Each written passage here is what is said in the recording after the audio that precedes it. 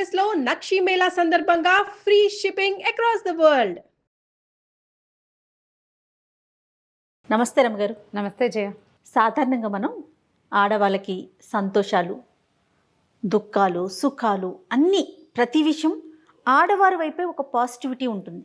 సాధారణంగా మనం కూడా అదే కాబట్టేమో, కానీ మగవారికి కూడా ఇవన్నీ ఉంటాయి కదండి. కష్టాలు, సుఖాలు, బాధలు ఇవన్నీ ఉంటాయి కదా. అటువైపు ఆలోచించలేకపోతాం రమ్మగారు. సింపతి అనేది ఎక్కువగా వెళ్ళదు, ఎవరు అవునన్నా కాదన్నా. ఎందుకంటే ఈ వీడియో చూస్తున్న వాళ్ళంతా కూడా మనకి ఏంటి జయ ఇట్లా మాట్లాడుతుంది, ఇలాంటి టాపిక్ తీసుకున్నారు అన్నా సరే మనం మనకే సపోర్ట్ చేసుకుంటాం కదా రామగారు. మగవాళ్ళకి పాపం సింపతి ఎక్కువ వెళ్ళదు. మగవాళ్ళకి కష్టాలు కన్నీళ్ళు ఎందుకు ఉండవు జయ? మనకున్నట్టే వాళ్ళకి ఉంటాయి, రకాలు వేరు. సాధారణంగా ఆడవాళ్ళు చాలా కష్టపడుతున్నామని బాధపడుతున్నామని చెప్పుకుంటారు, నోరు ఎక్కువ. మనం చెప్పుకోవటం, వాపోవటం, దుఃఖించడం, ఎవరికైనా చెప్పి సాంతన వెళ్ళబోసుకోవటం, సాంతన పొందటం, తర్వాత ఏమో తమ కష్టం తమ బరువు చెప్పుకోవటం. దాంతోపాటు ఏంటంటే ఈ పిల్లల్ని కని పెంచే పూచి ఆడవాళ్ళదే అవటంలో అది పెద్ద కష్టంగా ఉంటుంది. ఆ పిల్లల్ని పెంచడంలో సమానమైన బరువు బాధ్యతలు తండ్రి మోస్తారు, కానీ మగవారు మోస్తారు కానీ ఎక్కువగా ఫిజికల్ స్ట్రెయిన్ అంతా కూడా తల్లిదే కనపడుతుంది. ఏదైనా పిల్లలకి కష్టం, జ్వరం ఏదైనా వస్తే తల్లి ఏడుపు కూడా యాడ్ అవుతుంది, తల్లి దుఃఖం, తల్లి బాధ, బరువుతో పాటు తల్లి బాధ యాడ్ అవుతుంది. తండ్రి ఏం బాధపడుతున్నాడో మనకు తెలియదు. పిల్లలకి ఏదైనా వస్తే తండ్రి హైరాన్ పడుతున్నట్టుగా కనపడతాడు కానీ ఏడ్చి మొత్తుకోడు. పైగా మనకి తరాల వెంబడి మనకొకటి తెలుసు ఏంటంటే, ఎవరైనా మగవాడు ఏడితే ఆడదానిలాగా ఏడుస్తున్నాడు అంటారు. మగపిల్లాడు 4 ఏళ్ళు వాడు ఏడితే అమ్మాయిలాగా ఏడవద్దు అంటారు వాడిని. అంటే అమ్మాయిలు ఏడవడానికే ఉన్నారు. ఏడుపు అమ్మాయిల పేటెంట్ హక్కులు, ఏడుపు మీద అమ్మాయిలకే ఉంది. ఆడవాళ్లే ఏడవాలి, పని ఆడవాళ్లే చేయాలి. ఇప్పుడు మగవాళ్ళు ఎవరైనా ఇళ్లలో పనిచేస్తే ఆడారాళ్ళలాగా పనిచేస్తారు, ఆడంగి వెధవనేస్తారు. ఈ పదం వింటాం మనం. అవునండి, ఆడపిల్లల్లాగా పనిచేస్తారు. ఆడపిల్లలు ఏం లోట్లేదమ్మా, మా అబ్బాయి అన్ని పనులు చేస్తాడు అంటాం. మా అబ్బాయి అన్ని పనులు చేస్తాడు అని గట్టిగా చెప్పాం, దానికి ఆడపిల్లలు లేదన్న లోటు అని ఒకటి యాడ్ చేస్తూ ఉంటాం.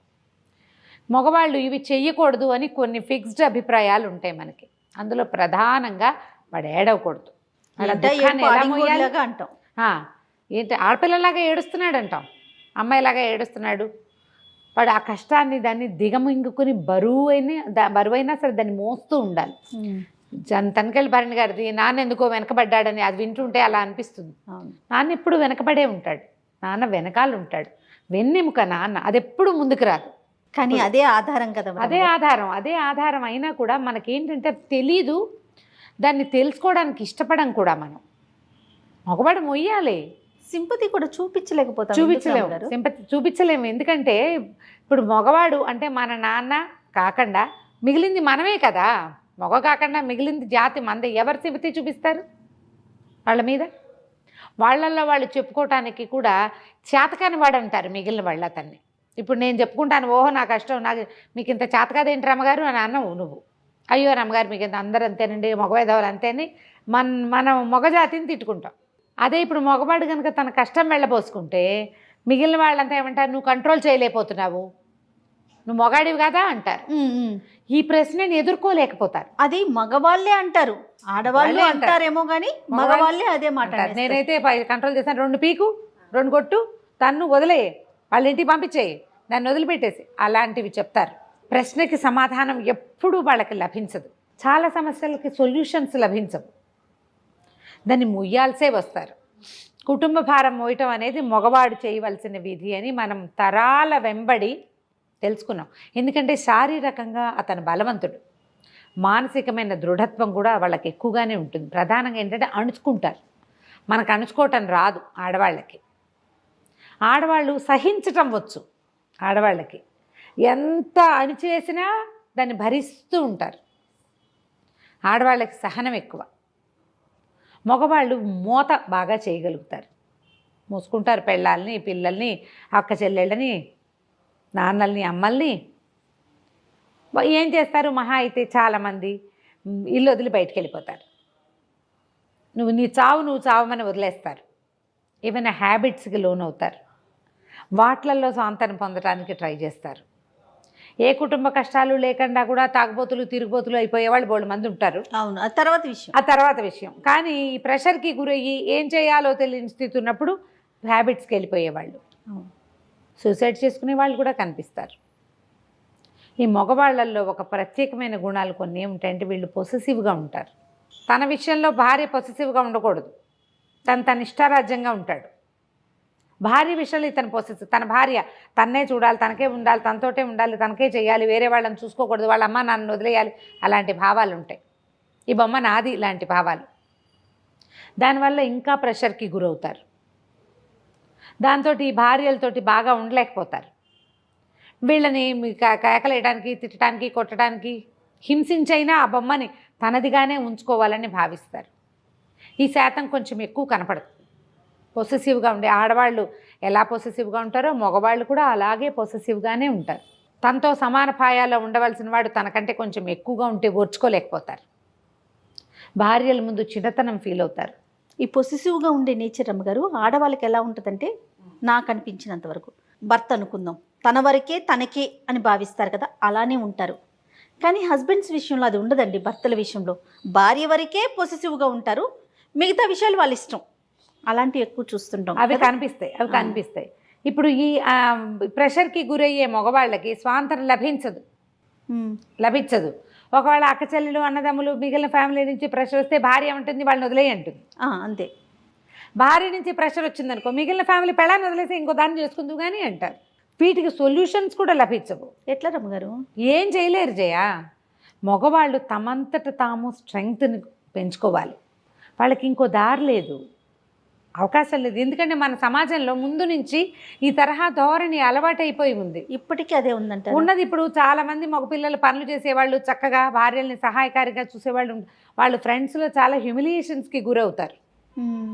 ఈ మన ఊళ్ళలో మనం చాలా తక్కువ చూస్తాం అన్ని పనులు చేసేవాళ్ళు. మనం ఏ ఫారిన్ కంట్రీస్లోనైతే వాళ్ళే గిన్నెలు తోవేస్తారు, పిల్లల్ని ఎత్తుకుంటారు, ఇంట్లో డస్టింగ్ చేసేస్తారు, కలిసి భార్యతో కలిసి పని చేసుకుంటారు. భార్యతో కలిసి పని చేసుకునే వాళ్ళని చూస్తే ఈ పెళ్ళానికి ఏ పని చేయని వాళ్ళు కొంతమంది ఉంటారు. కొన్ని ఉంటాయి అలాంటివి గ్రహాలు. వాళ్ళకేమనిపిస్తుంది, వీడొట్టి యాడంగి వెధవా, వాడు పెళ్ళానికి పని చేస్తున్నాడు, వేస్ట్ ఫెలో, ఇలాంటి భావాలు వస్తాయి. అలాగే ఈ పదం వాడకూడదు, బ్యాడ్ వర్డ్ నిజానికి. ఇప్పుడు అతను హాయిగా ఉన్నాడా, వీళ్ళు హాయిగా ఉన్నారా అనేది ఒక అసలు ప్రశ్న తీస్తే, వాళ్ళతో భార్యలు హాయిగా ఉన్నారా, వీళ్ళతో భార్యలు హాయిగా ఉన్నారా అనే క్వశ్చన్ తీసుకోవాలి మనం. నువ్వు హాయిగా ఉండటం కాదు, నీతో హాయిగా ఉండటం. నీతో నీ భార్య ఎంత సుఖంగా ఉంటుంది, నువ్వెంత సంతోషపెట్టగలుగుతావు, నీతో ఉన్న మనిషిని, పెళ్ళాన్ని అని అనద్దు. నీతో ఉన్న రెండో హ్యూమన్ బీయింగ్, నీకు తోడుగా ఉండవలసిన అమ్మాయి హాయిగా ఉందా లేదా, అది మ్యాటర్స్గా ఈరోజు పొగపిల్లల్లో ఉంది, ఈ రోజున కనపడుతోంది. ఆ బట్టల మీద బాడీ షేమింగ్ చేయకూడదు, ఆ అమ్మాయి బట్టలు ఆ అమ్మాయి ఇష్టం, వాళ్ళ అమ్మా నాన్నని తను చూస్తుంది, తన చాయిస్, తన ఐడియాలజీ, తను ఎట్లా చేయదలుచుకుంటే అట్లా చేయనిద్దాం, ఇలాంటి భావాలు ఈ రోజున కనపడుతున్నాయి.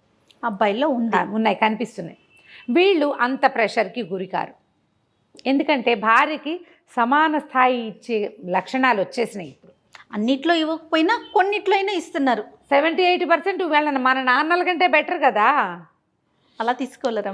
మన నాన్నల కంటే చాలా బెటర్ అయ్యేసరికల్లా ఏమవుతుంది, అమ్మాయిలు కూడా వీళ్ళ ప్రెషర్ని అర్థం చేసుకోవడానికి ట్రై చేస్తారు. నీకు ఎప్పుడు కుదురుతుంది అయ్యా, నన్ను నువ్వు అర్థం చేసుకుంటే నిన్ను నేను అర్థం చేసుకోవడానికి ప్రయత్నం చేస్తా, కనీసం నీకు నేను అర్థం కాను, నాకేమి ఇవ్వాలో నీకు, నన్ను ఎప్పుడు అణిచే ఉంచుతావు, ఎందుకు నీ కష్టాన్ని నేను వినాలి, ఆలోచన కూడా రాదు. కనీసం ఆడవాళ్ళకి రాదు. మన ఏడుపుగానే మా ఏడుపే, నా మొగుడు కూడా ఏమన్నా కష్టపడుతున్నాడేమో అని అనిపించదు. ముప్పొద్దులా తింటాం, నేను కంచం దగ్గరికి తెచ్చిస్తే తింటున్నాడు, నేను బట్టలు నేను పెడితే తీసుకుంటున్నాడు అనిపిస్తుంది. ఈ సంసారాన్ని ఉద్ధరించడానికి అతను ఏం కష్టపడుతున్నాడో, ఈ పిల్లల కోసం తను ఏం తంటాలు పడుతున్నాడో అవన్నీ పట్టవు ఆడవాళ్ళకి. ఎందుకంటే ఆ అమ్మాయి బాధ ఏంటో అతను అర్థం చేసుకోవాలి ఏనాడు. ఈ అర్థం చేసుకునే తత్వం కనుక మగవాళ్ళల్లో వచ్చిందా, అప్పుడు ఆడవాళ్ళు కూడా అతను డబ్బుకు పడేదో, లేకపోతే సమాజంలో అతను ఎదుర్కొంటున్న ప్రెషరో దాన్ని అర్థం చేసుకుంటారు. ఇటీవల కాలంలో అది వచ్చిందని, ఇదివరకు ఏంటంటే మగవాళ్ళు అంతే అని వాళ్ళని అలాగే తీసుకోవాలని భావించేవాళ్ళు. ఆ కాలంలో మగవాళ్ళ కష్టం ఎట్లా అర్థం చేసుకుంటారు, కాస్త పిల్లలు పెద్దవాళ్ళు అయిపోయి, పిల్లలు వివాహాలు అయిపోయినాక పాపం తండ్రి బాధపడుతున్నాడు, పిల్ల వెళ్ళిపోయింది, తండ్రి దిగులు పడుతున్నాడు. బాగా 50 ఏళ్ళు 55 ఏళ్ళు 60 ఏళ్ళు వచ్చాక ఒకళ్ళనొకళ్ళు అర్థం చేసుకోవటాలు ఉండేవి. ఆపేక్ష చిన్నతనం అంతా వాళ్ళ ఒకళ్ళనొకళ్ళు చచ్చినట్టు భరిస్తూ ఉండేవాళ్ళు. ఎందుకంటే ఓపెన్గా మాట్లాడుకోవటాలు, సహాయం చేయటాలు ఏం లేవు అప్పుడు. ఇప్పుడు కుదురుతున్నాయి కదా, ఎందుకు వీళ్ళు కలిసి చదువుకుంటున్నారు.